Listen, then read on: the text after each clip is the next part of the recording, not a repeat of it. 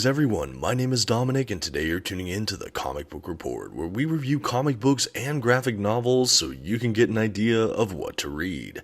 And today I've prepared an unboxing for all of you, showcasing the most anticipated book of the year, at least for me in my collection. That's right, we're going to be taking a look at the 2024 reprint of the Uncanny X-Force Omnibus by Rick Remender. This has been such a comic collecting whale for me, and when I heard they were reprinting this year, I knew I had to pre-order it, and of course I did from the channel sponsor, OrganicPriceBooks.com. And hey, if you want to pick up any comic collected editions yourself, I do encourage you to check out their website. You can find a link for it in this video's description, and if you see anything there you like, you can actually use my discount code at checkout, TheComicBookReport, to save $2 off of your order. Please note that if you use my affiliate link or code to make a purchase, I will earn a small commission, but it's a fantastic way to support this channel. Thank you for considering. Now let's go ahead and dive into today's unboxing. Okay, and here's my box from OrganicPriceBooks.com. As I mentioned, this was my biggest, most anticipated release of this year. This has long been a celebrated comic book run that I have been wanting to read ever since I really heard about it, and it's been years. I never wanted to settle for the trade paperbacks, and I just couldn't justify spending, 2 or 3 times cover price to get the omnibus from older printings. So when I heard they were reprinting, I knew that this was a get I had to pick up, and I'm so happy I did. Honestly, I think it's a really beautiful book. I did go for the standard edition cover here, and I just think it is a really gorgeous looking book.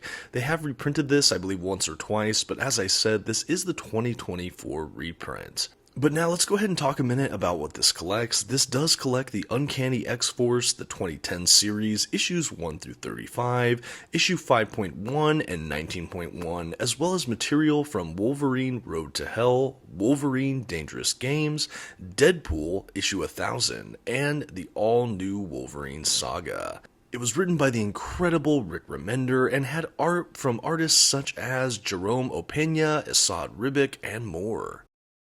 A couple more facts about this book while I go ahead and stretch out the spine, get all the pages kind of warmed up here, and then we'll go ahead and dive into the collection a bit.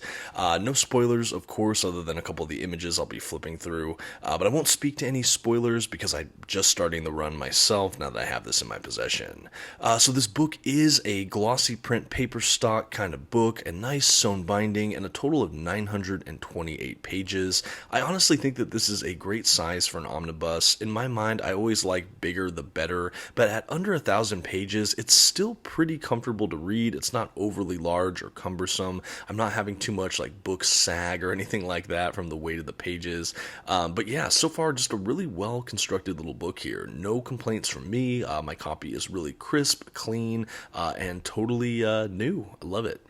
So let's go ahead and take a look at that cover. Like I said, this is the standard edition cover, and it does reproduce an issue cover from the actual run early on, but I love it, and it showcases that primary team, characters like Wolverine, Psylocke, Archangel, Phantom X, and of course the irreplaceable Deadpool. I'll be honest, as a prospective collector who's always heard about this run kind of from a distance, I think the team, the lineup, the kind of eclectic nature of this group was really a selling point for this run for me. I'm just really eager to dive into their adventures.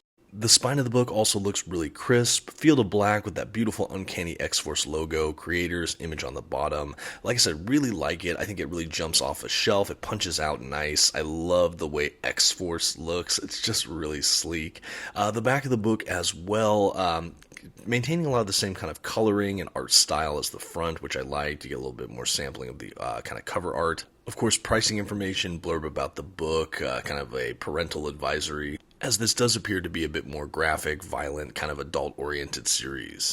And now, as I do with both reviews and unboxings on this channel, I do want to take one more moment with this dust jacket. I'll go ahead and open it up so you can see the interior flaps, have everything spread out so you can see it all at a glance one final time, and then we'll go ahead and transition to the Under the Dust Jacket hardback book itself. We'll take a look at the art we have printed on it, kind of what this looks like, just so you can get a feel for kind of all aspects of this book, especially if, like me, you were a prospective collector, someone who wanted to pick this up for a long time. You can get a little bit more of a feel for this book and what you can expect. And then we'll go ahead and do a look at the binding and ultimately kind of flip through some of the early stuff in this book. As you can see, under the dust jacket, it is a black book. It has the X-Force logo, the spine as well with the X-Force detailing, Marvel Omnibus logo. Back cover of the hardback book itself has kind of our team fading into black. Overall, a pretty minimalist art design for the hardback book itself, but I think it's just gorgeous. And now, as promised, a quick look at the binding. So you saw me flip through, kind of break in the book a bit, but what I love is before I even read it, this thing already has a really nice eye in the binding. The pages lay out fairly flat. And so far, frankly, I appear to have very minimal gutter loss in this collection, which is excellent. I love seeing it. I think overall this is really, really a well-bound book. Love the size of it. Overall, I think Marvel did a great job here. Okay, now let's go ahead and transition into the book proper. We start off with some pretty clean end pages there, a nice little title page with Archangel. We have a creator breakdown page that kind of maps out what's in the collection. And after that, we basically jump right in. We have a little bit of a prologue that introduces us to a lot of the team. We have Wolverine kind of trying to recruit. But this is a really fun start to a series. It really does a great job of laying the groundwork right before we go into the first mission proper for this X-Force lineup. So as I'm flipping through here, again, I'm not going to be speaking too much to plot details. You might see some stuff in the art here. But again, I haven't read this whole collection, so it's hard to vet what is considered spoiler here. But I'm just going to kind of tread lightly as we go into this. But to set up the series, again, for prospective collectors or people that want to know a little bit more, to see if this is something you want to invest in, X-Force is kind of the Black Ops team for the X universe, the X-Men. These are the missions that are usually a little bit darker, dangerous, or require lethal force.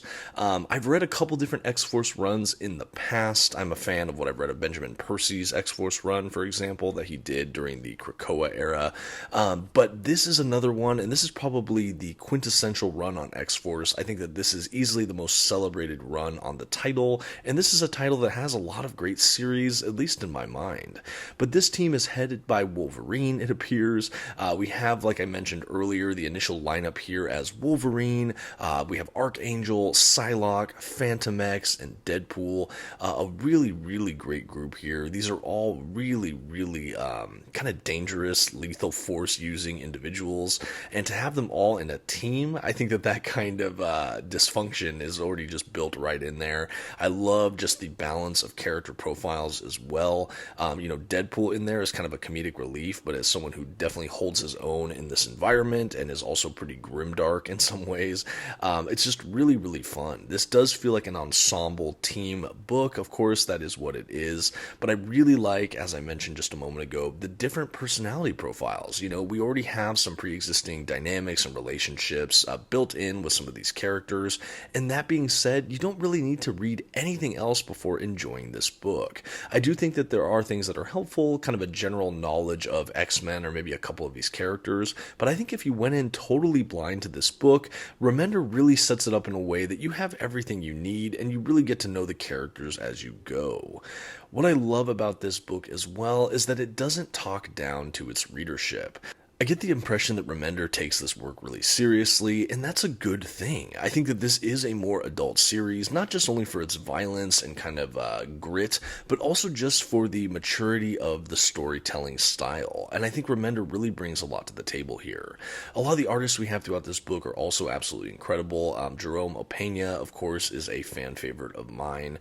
I think the coloring as well, it just jumps right off the page. It has such a unique visual style. I love that it looks a little more gritty. It looks a little more adult. It looks a little more well-defined. It doesn't have the kind of animated, cartoony look that you can sometimes get with comic books, and I like that. I think that the art really helps set the tone for the book as well. I think that the art and the writing just work really well in conjunction with each other. And again, I'm still making my way through. Like I said, I've read the first story arc or so, but I think that I'm really getting a good impression for this series, and honestly, so far, so great. On a personal note, I will just say I can't tell you how gratifying it is after hearing so much hype and just generally favorable reviews for this run after years and years and years, reading some other Remender books, getting into these characters from separate series or other kind of niche, splintered franchises, to see everything in this book so far. It's just even better than I hoped it to be.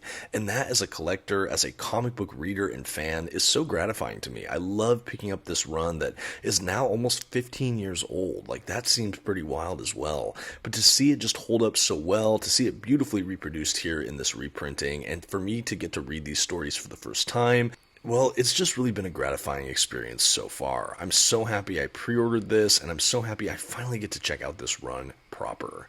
I would love to know in the comments if you're interested. If you're a fan of this run, or you've read it, or you like these characters, let me know below. You know, what are some of the standout things that made you enjoy this run? Again, please light to no spoilers, as I am still reading it myself. But what are things about this Remender run that you enjoyed? As someone who's still just getting into Remender, and I should say I have liked just about everything I have read from him thus far. I know he has a really extensive independent comics library as well. But anyway, I'm looking for recommendations. What are some of your favorite Rick Remender works? Let me know in the comments below. Again, as a general preference, I do stay away from nudity in comics as well as sexual depictions where possible. So if you have recommendations without some of that, I would appreciate that very much. But anyway, yeah, just still making my way through this collection here, just showing off again more of the gorgeous artwork and kind of style here. I even love how this is formatted and laid out. I think the paneling is beautifully done. Really just a real logical just kind of transition of where to go next, the storytelling movement. I think it's just all really fluid and nice. And honestly, this is just such an elevated book. I think the style of it almost doesn't even feel Marvel to me in many ways. I don't know how else to describe it, but it is really beautiful. I am a Marvel fan, but this just feels like a little bit indie. It feels like it has indie touches, which is just really fun. But yeah, so far that's really my experience with Uncanny X-Force. I don't want to go into the storyline too much. Suffice it to say, we have a Black Ops X-Men team with a really eclectic and fun group of characters, a lot of action, a lot of violence, and just some beautiful art. Even showcased a bit of extras there for you at the back. But yeah, let me know what you think of Uncanny X-Force. I will probably try to review this on the channel when I complete it as well. If you'd like to see a full review of it, please stay tuned to the channel in the future. And thank you so much for watching. This has been The Comic Book Report. Please don't forget to leave this video a like and comment, and maybe share with a friend. Thanks, bye.